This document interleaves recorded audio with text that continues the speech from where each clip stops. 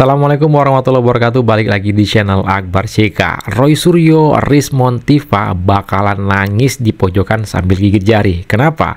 Akhirnya UGM bersuara dan menjawab semua tuduhan-tuduhan Roy Suryo CS terkait ijazah Pak Jokowi dan juga dokumen-dokumen Pak Jokowi yang ada di UGM yang mereka tuduh selama ini palsu. Nah, tanpa berlama-lama, langsung aja kita saksikan dan dengarkan penjelasan dari Rektor UGM, Wakil Rektor, dan juga Dekan Fakultas Kehutanan berikut ini. Assalamualaikum warahmatullahi wabarakatuh. Waalaikumsalam. Saya Ova Emilia, Rektor Universitas Gadjah Mada. Berikut adalah pernyataan resmi UGM terkait ijazah Bapak Joko Widodo. 1. UGM mengikuti dengan baik perkembangan di masyarakat terkait adanya pihak yang mempertanyakan keaslian ijazah seorang alumni UGM yang bernama Joko Widodo. 2. Secara umum, UGM menghormati hak warga negara untuk mempertanyakan isu apapun dan untuk mencari jawaban atas pertanyaan tersebut. 3. UGM sudah menyatakan beberapa kali secara tegas bahwa Joko Widodo adalah alumni Universitas Gadjah Mada. 4. UGM memiliki dokumen otentik terkait keseluruhan proses pendidikan Joko Widodo di UGM. Dokumen ini meliputi tahap penerimaan yang bersangkutan di UGM, proses kuliah selama menempuh sarjana muda, pendidikan sarjana, KKN, hingga wisuda. Informasi yang lebih rinci telah dirilis dalam bentuk podcast di sini. 5. Joko Widodo dinyatakan lulus dari UGM pada tanggal 5 November 1985. Dan UGM telah memberikan ijazah yang sesuai dengan ketentuan kepada yang bersangkutan saat diwisuda tanggal 19 November 1985. Tuh, dengerin. 6. Sesuai ketentuan hukum, UGM dapat menyampaikan data dan informasi yang bersifat publik dan wajib melindungi data yang bersifat pribadi. Hal ini berlaku untuk semua hal dan diterapkan untuk semua sivitas akademika UGM, termasuk alumni. 7. UGM diberi mandat oleh negara untuk menyelenggarakan pendidikan dan secara berkala dinilai atau diuji kualitasnya oleh lembaga independen. Hingga saat ini UGM dinyatakan layak dan telah melakukan proses pendidikan dengan baik. Berpegang pada ini, proses pendidikan di UGM telah berjalan semestinya tanpa ada keraguan. 8. Tugas dan tanggung jawab UGM dalam mendidik seseorang telah paripurna ketika yang bersangkutan dinyatakan lulus dan diberi ijazah sesuai ketentuan. Hal ini juga berlaku kepada alumni UGM yang bernama Joko Widodo. 9. Setiap alumni berhak menggunakan ijazah dan gelar akademik yang diperoleh dari UGM untuk berbagai kepentingan yang dibenarkan oleh hukum. Alumni adalah satu-satunya pihak yang memegang ijazah asli miliknya, sehingga penggunaan dan perlindungannya adalah tanggung jawab alumni tersebut. 10. Sekali lagi, UGM dengan tegas menyatakan bahwa Joko Widodo adalah alumni UGM yang telah mendapatkan ijazah dari UGM sesuai dengan ketentuan. Hal-hal yang terjadi setelah proses pendidikan dan kelulusan tahun 1985 di UGM, termasuk pemanfaatan dan perlindungan terhadap ijazah, merupakan tanggung jawab yang bersangkutan sebagai seorang alumni. Terima kasih. Wassalamualaikum warahmatullahi wabarakatuh. Tegas dan tanpa keraguan, Pak Jokowi memang benar-benar alumni dari UGM Fakultas Kehutanan. Kurang harusnya 11 harusnya ya. 11. UGM akan menuntut secara hukum Roy Suryo CS. Itu ya harusnya 11 ya. Bu Rektor, langsung aja Bu. Ya. Ijazah Pak Joko Widodo itu asli apa palsu? Ya, terima kasih Mas Andi. Kami punya data dan bukti bahwa Bapak Joko Widodo adalah resmi menjadi lulusan dari Universitas Gadjah Mada dan juga sudah diberikan tanda kelulusannya kepada yang bersangkutan. Tapi Bu, sangat banyak orang, Ibu pasti juga membaca di media sosial, itu orang itu yakin banget bahwa ijazah ini palsu. Saya kira perlu didudukan seperti ini. Tugas institusi pendidikan tinggi, dalam hal ini Universitas Gadjah Mada, itu tugasnya adalah mendidik. Ya. Jadi proses pendidikan itu kami mempunyai bukti dan dokumen yang lengkap terkait dengan hal tersebut. Ya. Dan sedangkan untuk yang kaitannya dengan ijazah, itu tentunya diberikan setelah yang bersangkutan menyelesaikan proses pendidikan itu secara baik dan sesuai dengan persyaratannya, dan diserahkan pada saat wisuda kepada yang bersangkutan. Berarti UGM telah menyerahkan ijazah yang benar atau asli itu kepada jelas, iya, kepada yang bersangkutan pada saat wisuda. Jadi tahun 1985 untuk kasusnya Bapak Joko Widodo. Dan itu juga berlaku untuk semua alumni. Untuk semua alumni. Ya. Bu Rektor, kita lihat di media sosial itu banyak sekali beredar gambar, analisis segala macam mengatakan itu palsu. Itu gimana, Bu? Jadi ijazah itu kan tahun 85 sudah diserahkan kepada yang bersangkutan. Artinya yang menjaga ijazah itu adalah yang bersangkutan. Oleh karena itu Universitas Gadjah Mada ini ya kita tidak mau berkomentar terkait dengan ijazah, a piece of paper yang sudah ada di yang bersangkutan. Artinya UGM juga tidak bertanggung jawab apakah yang beredar sekarang itu adalah yang diserahkan UGM dulu atau bukan? Kita atau bukan, kita tidak ya, bertanggung jawab untuk itu. Baik, Bu Rektor. Sekarang ke Bu R. Saya tuh selalu penasaran, Bu. Sebenarnya kalau kita pengen tahu seseorang ini, siapapun lah, bukan hanya Pak Joko Widodo ya, seseorang ini sebenarnya alumni UGM atau bukan, itu cara paling tepat mengetahuinya itu gimana, Bu? Cara paling tepat adalah orang tersebut menunjukkan ijazahnya kepada kita. Di orang tersebut yang menunjukkan ijazah tersebut. Karena ijazahnya ada pada orang itu. Ada orang tersebut. Oke, gini Bu, ini hipotetis ya, atau pengandaian. Kalau ada orang saya pengen tahu nih dia alumni UGM atau bukan, tapi dia nggak mau menunjukkan ijazahnya. Sejauh mana UGM bisa membantu atau bisa mengklarifikasi itu? UGM dalam hal ini tidak akan bisa untuk memberikan mengklarifikasi karena apa? Memang harus orang tersebut yang harus memiliki ijazah, dan kemudian kalau misalnya saya ingin tahu nih orang ini alumni atau bukan, kita terbentur pada peraturan.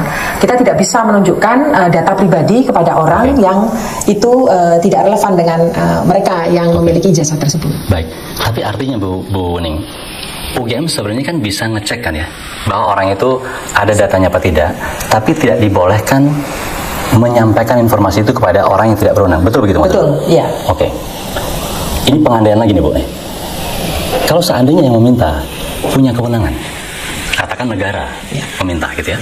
Nah itu kami akan memberikan karena itu adalah lembaga yang berwenang, yang akan memiliki otoritas untuk bertanya kepada institusi pendidikan misalnya ada satu hal tertentu yang harus kami tunjukkan, maka kami akan menunjukkan kepada lembaga yang berwenang. Nah sekarang Roy Suryo CS itu nggak berwenang, maksa-maksa minta Pak Jokowi menunjukkan ijazahnya.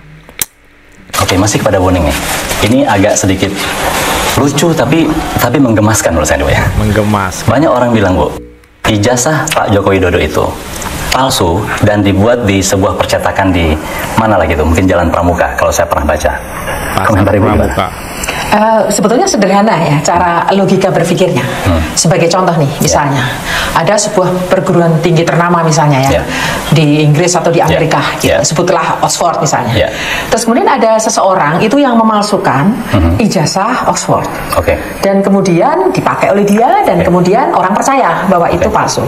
Itu kan tidak ada hubungannya dengan Oxford. Misalnya, ini sebagai pengandaiannya. Pengandaian, dalam hal ini misalnya, jika itu memang, saya tidak berani mengatakan itu benar, tapi kan beritanya begitu, Bu. UGM kan dirugikan sebenarnya, karena orang mengatakan ijazah UGM itu gampang, cetak aja di Jalan Pramuka. Apakah UGM tidak bertanggung jawab terhadap itu? Atau apa langkah UGM? Atau ada langkah nggak yang harus dilakukan oleh UGM? Atau memang UGM harus diam saja? Misalnya terbukti bahwa seseorang itu melakukan pemalsuan dan itu mengatasnamakan UGM, ya UGM akan bergerak dari sisi hukum, melaporkan dan lain sebagainya. Berarti clear begitu ya? Artinya apakah betul ini dugaan saya berarti? Memang tidak pernah ada yang melaporkan secara resmi bahwa ijazah UGM pernah dipalsukan di Jalan Pramuka? Tidak ada. Tidak ada laporan itu? Dari Bu WR, saya akan ke Pak Dekan. Pak Dekan, Bapak Joko Widodo itu masuk tahun berapa? Dan apa buktinya beliau itu memang pernah masuk ke kehutanan, Pak?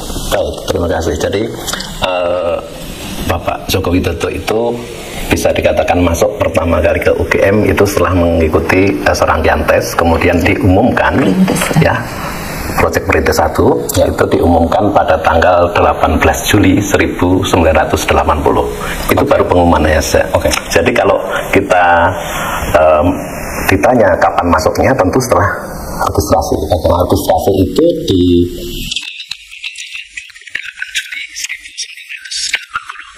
jadi bisa dikatakan bahwa masuknya tercatat resmi di UGM itu adalah 28 Juli 1980. Itu.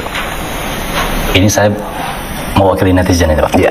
Buktinya apa kalau Pak ditanya gitu gimana? Ya, ada. Jadi kita memiliki bukti form izin registrasi untuk pertama kali. Jadi di UGM itu pertama kali ada registrasi, kemudian nanti di semester 5 itu ada namanya registrasi.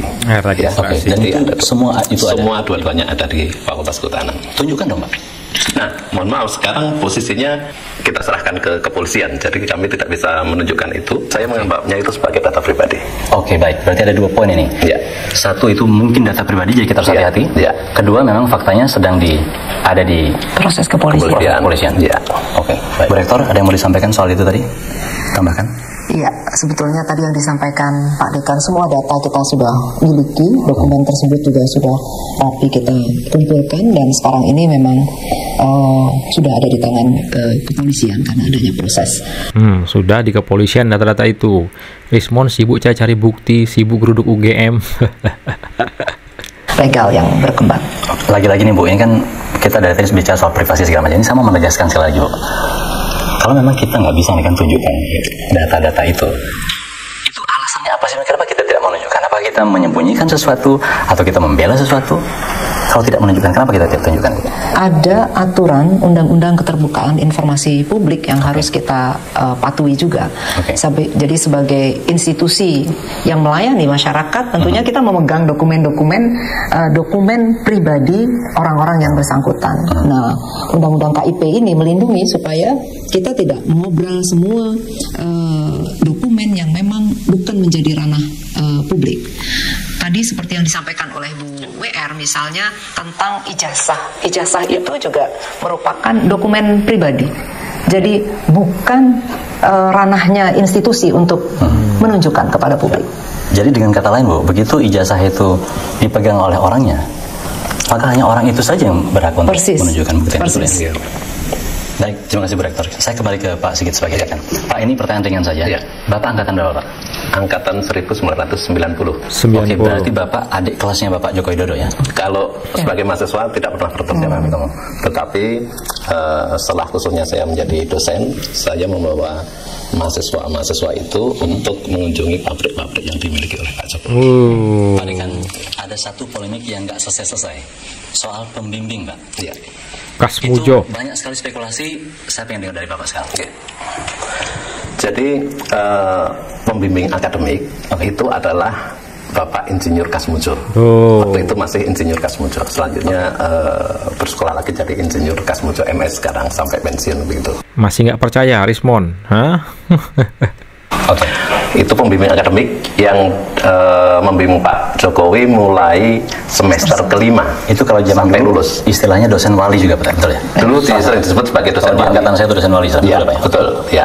Kemudian untuk dosen pembimbing skripsi itu adalah waktu pertama kali masih Dr. Insinyur Sumitro, Ahmad Sumitro. Tetapi setelah hampir lulus begitu ya, itu Pak Mitro itu menerima gelar profesornya. Jadi ini memang ada 2 orang yang berbeda Pak. Satunya pembimbing akademik, yaitu Pak Kasmujo. Ya. Satunya pembimbing skripsi Pak Ahmad Sumitro. Ya. Ada satu nih Pak yang lebih serius lagi nih Mas. Lebih lucu tapi lebih serius gitu ya. Orang mempersoalkan Sumitro itu pernah ditulis pakai Sumitro pakai U atau Sumitro pakai OE. Sumitro. Itu sesuatu yang biasa ya pada waktu itu, khususnya berkaitan dengan ejaan bahasa Indonesia ada Su dan Soe gitu ya. Tapi untuk kasus Pak Ahmad Sumitro ini, saya mendapatkan dua-duanya. Mendapatkan dua-duanya. Jadi beliau itu mendapatkan SK Menteri untuk pengangkatan sebagai dekan waktu itu pada periode sebelum Pak Jokowi masuk. Itu SK-nya jelas di situ tertulis Ahmad Soemitro, pakai OE. Ya. Setelah itu kemudian berubah menjadi Ahmad Sumitro, pakai U. Sehingga apa? Saya lihat di beberapa dokumen, baik itu Ahmad Sumitro maupun Ahmad Soemitro, beliau ini berkenan untuk menandatangani. Jadi ini sebetulnya hanya satu orang, bukan dua orang. Satunya Ahmad Sumitro, satunya Ahmad Soemitro. Ini dua-duanya meracu pada atau merefer pada satu orang. Dan itu adalah dua-duanya dokumen resmi ya Pak? Dua-duanya dokumen resmi. Berarti kesimpulannya beliau tidak keberatan dengan itu. Ya, kira-kira gitu ya. Betul. Jadi Sumitro dan Soemitro itu orang-orang yang sama. Pak Dekan, masih tentang skripsi Pak nih. Ini yang paling banyak diulik nih. Iya. Di lembar pengesahannya Pak, itu nggak ada tanggalnya. Gimana tuh Pak Dekan menjelaskan itu? Ya, baik. Jadi sebagai sebuah karya ilmiah begitu ya, yang dilakukan oleh mahasiswa dan itu disusun pada awal-awal semester, kemudian butuh waktu beberapa saat, kemudian setelah itu diuji. Ya, diuji di depan dosen penguji, ada berita acaranya dan lain sebagainya. Kemudian biasanya mahasiswa itu akan melakukan proses revisi terhadap draft yang awalnya disampaikan untuk ujian pendadaran, kalau kami menyebutnya seperti itu. Nah, setelah ujian pendadaran ada banyak revisi yang perlu dilakukan, kemudian dicetak kembali, ya, kemudian dijilid, termasuk kalau zaman begitu kan isinya, kontennya itu masih berupa ketikan manual. Nah, untuk mempercantik itu biasanya mereka membuat cover tebal, kemudian halaman judul, kemudian halaman pengesahan itu dicetak di percetakan. Kemudian ada lembar pengesahan yang luput barangkali ya, lupa waktu itu untuk memberikan tanggalnya. Ya, itu hal yang saya pikir wajar ya, karena keterbatasan atau alasan yang lain itu jadi luput untuk itu. Tetapi hal yang penting ya sebetulnya adalah justru ada pada berita acara ujian. Kalau di skripsi itu nggak ada nilainya, tapi kalau di berita acara pendadaran itu ada nilainya. Nilai skripsi ini seperti ini. Nah, nanti setelah itu direvisi. Kalau sudah selesai, kemudian diserahkan kembali kepada untuk mendapatkan persetujuan. Itu yang betul seperti itu. Cuma karena keterbatasan waktu barangkali atau mungkin beberapa hal luput itu akhirnya lupa. Tidak dibuat tanggalnya gitu ya. Tanggalnya itu. Tapi itu membatalkan nggak ya Pak? Tidak. Kenapa? Karena memang seperti saya sampaikan tadi, justru berita acara yang ada nilainya itu yang dipakai sebagai pedoman untuk diambil sebagai nanti pada saat yudisium itu dimasukkan sebagai nilai skripsi atau problema khusus atau mungkin sebagian fakultas menyatakan itu sebagai tesis. Saya nyambung ke situ Pak. Karena saya juga masalah itu. Ada yang mengatakan tesis, ada yang skripsi. Kalau di zaman sekarang kita lihat Pak, namanya S1 ya skripsi. Betul. Kalau tesis itu S2. Betul. Penjelasannya Pak. Begini, pada saat itu kalau kita merefer pada dokumen yang kita miliki yaitu panduan, semacam panduan akademik gitu ya, panduan akademik S1 itu saya lihat di daftar mata kuliah itu di bagian akhir itu malah menyebutkan sebagai problema kehutanan garis miring tesis. Tidak skripsi.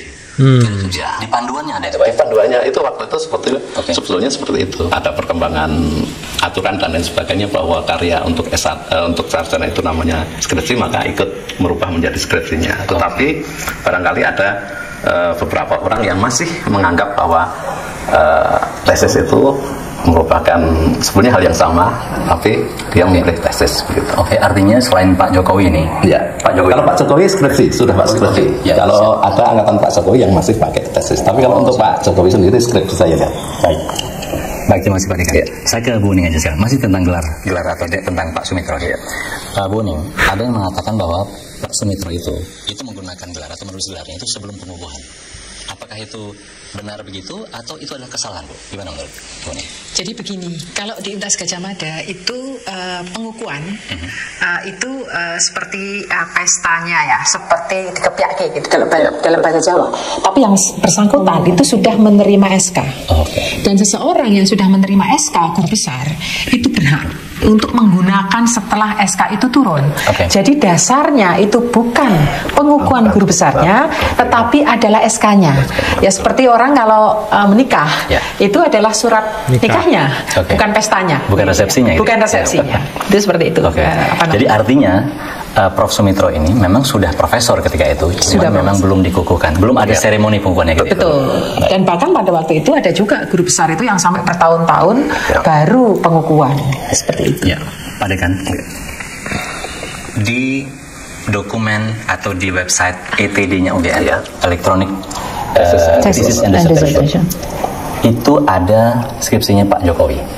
Itu berita baik, tapi berita buruknya Pak, teman-teman yang lain nggak ada. Sehingga begitu orang melihat itu, ini pasti rekayasa.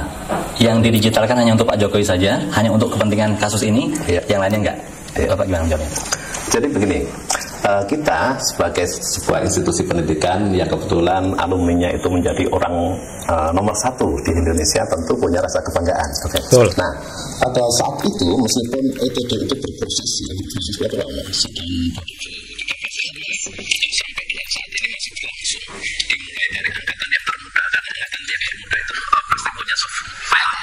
jauh lebih mudah kayak gitu, terus menuju ke angkatan-angkatan tua. Pada saat Pak Jokowi menjadi presiden dan kebetulan mau berkunjung ke fakultas waktu itu, kami mewujudkan kebanggaan itu dengan cara mengupload skripsinya Pak Jokowi itu di ETD. Jadi itu betul-betul merupakan wujud kebanggaan. Kami tidak pernah berpikir bahwa ini nanti akan digoreng ke sana kemari begitu. Seperti saya kulik sedikit Pak. Berarti ini kalau saya memahami dengan benar.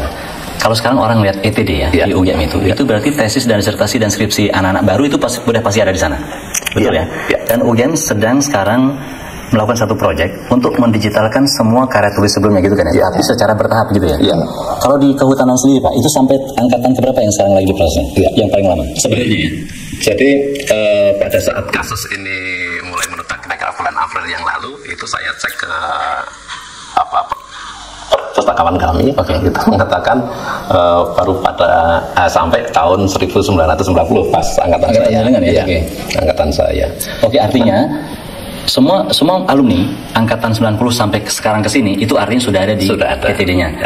Nah, sementara skripsinya Pak Joko Widodo itu duluan khusus karena memang alasannya yang panjang Tapi ini begini, jadi di masing-masing fakultas itu dinamika juga lain. Ada yang pustakawannya rajin gitu ya, udah sampai ke tahun berapa gitu, tapi ada fakultas tertentu yang baru mengupload itu dengan jumlah terbatas.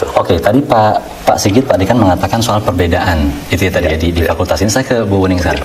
Bu, dari tadi saya melihat bahwa seakan-akan memang ada kesan aturan-aturan tertentu itu berlaku di sebuah fakultas, belum tentu di fakultas lain. Prof. Wuning gimana menjelaskan itu? Ya memang betul ya. Kalau kita melihat dari sejarah UGM sendiri, itu kan fakultas-fakultas itu beberapa itu didirikan lebih dahulu daripada UGM. Jadi mereka juga sudah memiliki sistem yang established dan berlangsung menjadi tradisi di fakultas-fakultas tersebut. Jadi diversitasnya memang luar biasa di UGM ini, begitu. Tapi kemudian pada tahun 2001 itu didirikan kantor jaminan mutu. Tujuannya adalah untuk membuat semacam satu yang standar ya, supaya antara satu fakultas dengan fakultas lain itu ada kesamaan, meskipun itu juga tidak 100% menjadi sama. Karena misalnya bagaimana seseorang itu dianggap lulus, itu antara satu dengan fakultas itu memiliki tradisi yang berbeda-beda. Ada yang ketika ujian itu langsung sudah dinyatakan bahwa dia lulus. Ujian skripsi maksudnya? Ujian skripsi itu langsung dia itu lulus, lulus itu di situ. Tapi ada pula yang harus lewat yudisium dan lain sebagainya. Tapi sekarang ini kita sudah di dalam proses yang sama, yaitu semuanya adalah di proses yudisium. Dan ini baru beberapa tahun terakhir ini, setelah kemudian kementerian juga memiliki sistem yang itu bersifat sama ya untuk perguruan tinggi di seluruh Indonesia yang kita sebut sebagai PD Dikti. Misalnya seperti itu. Jadi artinya berubah ya Bu terus ya? Berubah terus, bersifat transformatif. Sehingga yang perlu untuk dipahami adalah kita tidak bisa meneliti atau kita tidak bisa membuat semacam anggapan bahwa yang ada di masa lalu itu kita nilai dengan aturan sekarang, dengan standar sekarang. Karena sangat berbeda yang dulu dengan sekarang. Nah, kacamatanya itu tidak bisa. Aturan yang sekarang itu dipakai untuk meneliti atau menilai peristiwa 20, 30, 40 tahun yang lalu. Oke, mungkin bahasa hukumnya itu hukum tidak berlaku surut ya? Tidak berlaku surut. Apa yang dibuat di tahun 2000-an ya tidak bisa digunakan untuk menilai apa yang terjadi tahun 80-an. Betul. Oke. Saya ke Pak Dekan lagi. Ya. Ini soal kelulusan Pak, dan soal IP juga. Banyak yang mengatakan sebenarnya ini Pak Jokowi ini nggak layak untuk lulus sarjana muda atau apapun nanti istilahnya. Pak Dekan tolong jelaskan Pak. Baik, terima kasih. Jadi di Fakultas Kehutanan, khususnya pada tahun itu ya, 1980 waktu Pak Joko Widodo itu masuk, itu masih menggunakan sistem yang lama, di mana mahasiswa bisa lulus di strata sarjana muda dan bisa di sarjana. Nah, Pak, saya boleh klarifikasi? Ya. Artinya kalau sarjana muda lulus, dia boleh saja sudah dianggap lulus juga ya? Ya. Udah dapat apa semacam tanda lulus belajar gitu ya? Tapi boleh juga melanjut gitu. Dia masuk, itu dia akan menempuh mata kuliah. Ya, jadi kalau untuk mendapatkan sarjana muda, itu harus menempuh 120 SKS. Dengan IPK, ya, IPK dari 120 SKS itu adalah 2,00 minimal segitu ya, minimal segitu untuk bisa dianggap lulus. Pak Jokowi punya IPK lebih dari itu sehingga memenuhi syarat untuk bisa dikatakan lulus sarjana muda. Tuh dengerin. Kemudian setelah itu lanjut ke sarjana. Sarjana itu menempuh 40 SKS. Tambahan. Oke. Jadi 120 tambah 40 SKS berarti 160 totalnya ya. Minimal. Nah, boleh mengambil lebih dari itu. Nah, 40 SKS itu nanti dihitung sebagai IPK sarjana. Ya. Kalau IPK-nya kurang dari 2,5, maka dikatakan tidak lulus. Nah, dalam hal ini Pak Jokowi memiliki IPK yang jauh di atas syarat minimal 2,5 itu. Dengar tuh, Roy Suryo. Sarjana muda lulus, kemudian dia sarjana dan lulus juga, begitu. Yang selalu ditanyakan Pak oleh masyarakat. Ya. Mana buktinya IP-nya gitu? Jadi kalau mengenai IP, IPK, KHS yang kami miliki dan lain sebagainya, itu jelas itu merupakan dokumen pribadi. Kami tidak akan share kemana-mana. Tapi Pak Dekan, dalam hal ini sebagai Dekan Fakultas Kehutanan, itu dengan sangat yakin bisa mengatakan itu Pak ya, bahwa memang dokumennya ada, memenuhi syarat dan segala macam, betul? Ya. Kami memiliki dokumen aslinya, ya, yang sekarang itu ada di Polri gitu, dan itu kami pastikan bahwa dokumennya itu otentik asli. Gitu. Ini berarti benar-benar hard copy, asli. Hard copy dan pakai bisa lihat secara fisik bahwa itu adalah kertas zaman-zaman dahulu gitu ya, yang sudah pudar warnanya. Baik. Dan satu lagi Mas, itu sudah diuji di Puslapfor. Apa itu Pak? Sorry, bisa dijelaskan lebih jauh ya Pak? Karena pada saat awal dulu waktu pelaporan TPUA ke Bareskrim gonjang-ganjing inilah gitu ya. Bareskrim menerjunkan tim Puslapfor, tim pusat laboratorium forensik itu, ya, untuk mengecek dokumen-dokumen, keaslian dokumen-dokumen, mulai dari tintanya, kertasnya dan lain sebagainya itu, dan dinyatakan bahwa itu otentik asli. Nah, ini poin berikutnya Pak, tentang KKN. Ya. UGM kan KKN itu wajib. Ya. Pak Joko Widodo KKN nggak Pak? Pak Joko Widodo melakukan KKN. Karena apa? Sebagai buktinya kami diberikan nilai dari waktu itu namanya Lembaga Pengabdian Masyarakat, kalau saya nggak salah, LPM ya Bu Rektor ya. Itu memberikan ke kami, ke akademi kami adalah daftar nilai KKN, di mana di situ ada nama Joko Widodo. Nah, setahu saya yang bersangkutan itu melakukan KKN di Desa Ketoyan, Kecamatan Wonosegoro, Kabupaten Boyolali. Ya. Nah, dan saya menjumpai sendiri sih. Jadi waktu di di VAP begitu ya. Ternyata teman-teman alumninya Pak Jokowi, teman-teman KKN-nya Pak Jokowi itu juga hadir di sana. Ada 2 orang waktu itu. Jadi kita semakin yakin bahwa yang bersangkutan itu juga melakukan KKN dan yang pasti ada nilainya. Ada nilainya. Artinya dokumen itu ada di fakultas kan? Ada. Oke, baik. Berarti clear ya Pak? Clear KKN ya? Iya. Baik. Pak Dekan masih dengan Pak Dekan ya? Iya. Pak Joko Widodo lulus tahun berapa Pak? Tahun 1985 berdasarkan bukti penerimaan ijazah ya. Bukti penerimaan ijazah. Ya. Oke. Ya. Kalau prosesnya, proses yudisium tentu sebelum proses penerimaan ijazah itu. Oke. Ya.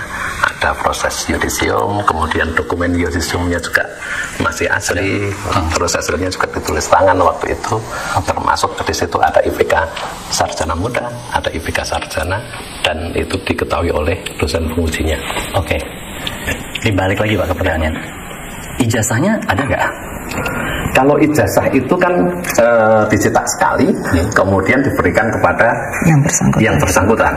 Kami hanya memiliki salinan saja. Jadi ijazah itu satu. Jadi kita tidak punya, kita punya salinan aja. Tapi kalau yang dipegang Pak Jokowi, tentunya yang asli yang beliau pegang itu. Gitu. Oke. Pak Dekan, berarti yang dimiliki UGM sekarang ini adalah salinan ijazah Pak Jokowi ya? Iya. Boleh saya lihat ya Pak? Nah, kembali lagi saya sampaikan bahwa semua dokumen yang berkaitan dengan itu sekarang ada pada kepolisian. Okay. Dan kami di universitas atau di fakultas karena menganggap bahwa itu merupakan data pribadi, maka juga tidak akan kami share kemana-mana gitu. Bu Wening, ini berlaku untuk semua kan? Ini berlaku untuk semua. Jadi semua sama. Alumni UGM itu di mata kami sama. Dalam konteks ini ya, bahwa bagi mereka yang akan melegalisir ijazah, ya mereka harus menunjukkan ijazah aslinya. Kemudian kami memiliki dokumen untuk memverifikasi hal tersebut. Oke, terima kasih Bu Wening. Terus terang saya masih penasaran sebenarnya. Kalau kita nggak bisa Bu Rektor menyampaikan data-data yang orang tuh minta gitu, terus gimana kita bisa tahu atau bisa menjamin atau meyakinkan orang bahwa ini memang benar-benar yang kita omongkan ini benar gitu? Keraguan itu dimulai dari mana gitu loh. Tentunya kan yang meragukan itu yang mestinya justru dia yang mengklaim bahwa misalnya yang menunjukkan bahwa ini loh punya lu asli atau punya kamu palsu, punya saya nih yang asli. Kan berarti yang bersangkutan yang menuduhkan itu yang perlu menyampaikan hal tersebut. Motiar Royce GCS nuduh palsu, yang aslinya mana? Ada nggak kalian pegang?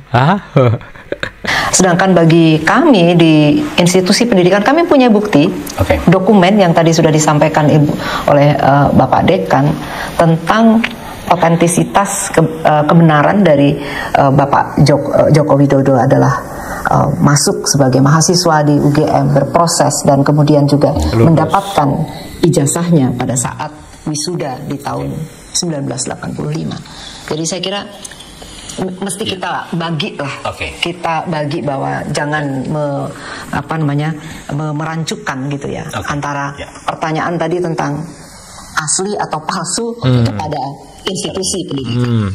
Yang bisa UGM pastikan adalah berarti Bapak Joko Widodo masuk berproses dan lulus menerima ijazah aslinya itu pada saat wisuda di bulan November 85. Dan mungkin saya ingin dengar sekali lagi Bu, hal yang sama akan UGM lakukan untuk alumni mana? Untuk semua alumni. Saya tanya misalnya Roy Suryo alumni UGM bukan? Itu prosesnya gimana? Sama seperti itu tadi ya, jadi Roy Suryo juga masuk, jadi dokumen untuk masuk dia berproses sampai dia mendapatkan ijazah pada saat wisuda, dan satu kali saja ijazah itu diberikan oleh UGM kepada yang bersangkutan. Mana buktinya Bu? Ya sama Roy Suryo, bukan saya. Ibu tidak akan ngasih data itu ke? Tidak, karena berlaku untuk semuanya bahwa itu adalah dokumen pribadi yang bersangkutan, jadi kami juga harus memproteksi hal tersebut. Baik Bu Rektor, ini saya kira clear ya. Tapi lagi-lagi Bu, yang sering digunakan orang untuk diskusi itu kan apa yang beredar di media sosial. Saya ke Bu WR sekarang. File atau gambar yang beredar di media sosial itu asli apa enggak? Oh, itu bukan wewenang kami. Kami tidak melakukan verifikasi terhadap apa yang beredar di media sosial. Yang kami percayai adalah apa yang kami punya. UGM selama ini basisnya adalah apa yang kami punya. Sehingga bisa dikatakan jawaban kami akan tetap sama. Akan ditanya lagi, jawaban kami sama karena dasar dari kami datanya sama. Jadi pertanyaannya tadi ya, kalau ijazah yang beredar sekarang ini atau palsu, itu bukan, kami tidak punya wewenang dan kami tidak punya dasar untuk menilai itu. Yang bisa kami jadikan dasar adalah hanya yang ada pada kami, yaitu salinan ijazah yang sejak pertama kali diberikan atau ada di Universitas Gadjah Mada. Baik, terima kasih Bu Ning. Ini terakhir Bu. Jika ada seorang alumni UGM siapapun itu yang terbukti memang memasukkan atau mengubah atau membuat dokumen berbeda dari yang diberikan oleh UGM, apa sikap UGM? Ya, itu suatu tindakan kriminal ya, yang menjadi tanggung jawab yang bersangkutan. Jadi saya kira tentunya sanksi hukum perlu dikenakan kepada yang bersangkutan, karena itu termasuk tindakan kriminal atau melawan hukum. Dan itu berlaku untuk semua alumni. Terima kasih Bu Rektor. Sama-sama. Terima kasih. Nah, itu dia video kita kali ini. Silahkan ketik komentar kalian di kolom komentar. Mau kepala jadi kaki, kaki jadi kepala, UGM ya masih tetap mengatakan Pak Jokowi memang betul-betul berkuliah di UGM dan menyelesaikan studinya sebagai alumni dari UGM Fakultas Kehutanan. Silakan ketik komentar kalian di video kita kali ini. Jangan lupa like dan share video ini ke grup-grup yang teman-teman miliki agar masyarakat bisa tercerahkan dengan adanya video ini. Saya Akbar JK. Assalamualaikum warahmatullahi wabarakatuh. Salam sehat selalu. Bye-bye.